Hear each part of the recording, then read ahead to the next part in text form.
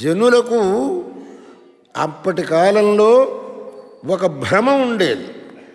ఓ, ఈ ధర్మం వల్ల ఉపయోగం లేదు, వేదాలు ప్రమాణం కావు, వేదం చెప్పింది మనం తీసుకోవాల్సిన పని లేదు అనేటటువంటి ఒక భ్రమ ఆ బౌద్ధుల యొక్క ప్రచారం వల్ల జనాలకు కలిగింది.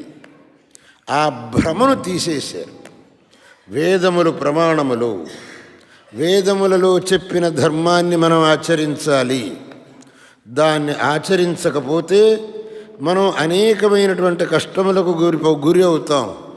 అందువల్ల ధర్మాన్ని మనం ఎన్నటికీ విడనాడకూడదు, ఆ ధర్మాన్ని ఎన్నడూ మనం ఆచరించాలి అనే భావన జనుల యొక్క మనస్సుల్లో తీసుకువచ్చారు.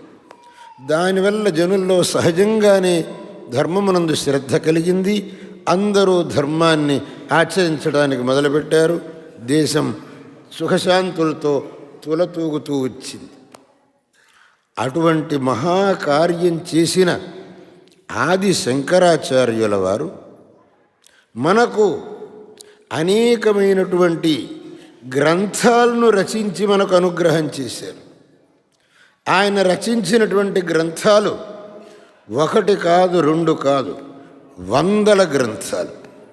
వాటిని మనకు ఆయన అనుగ్రహం చేశారు. వాటి వల్ల మనం అనేకమైనటువంటి విషయాల్ని తెలుసుకోవటానికి అవకాశం ఉంది.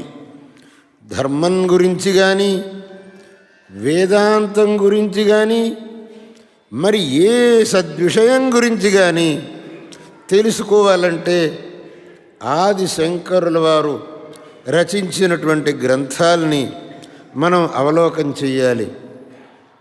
మనకు అనేకమైనటువంటి విషయాలు తెలుస్తాయి.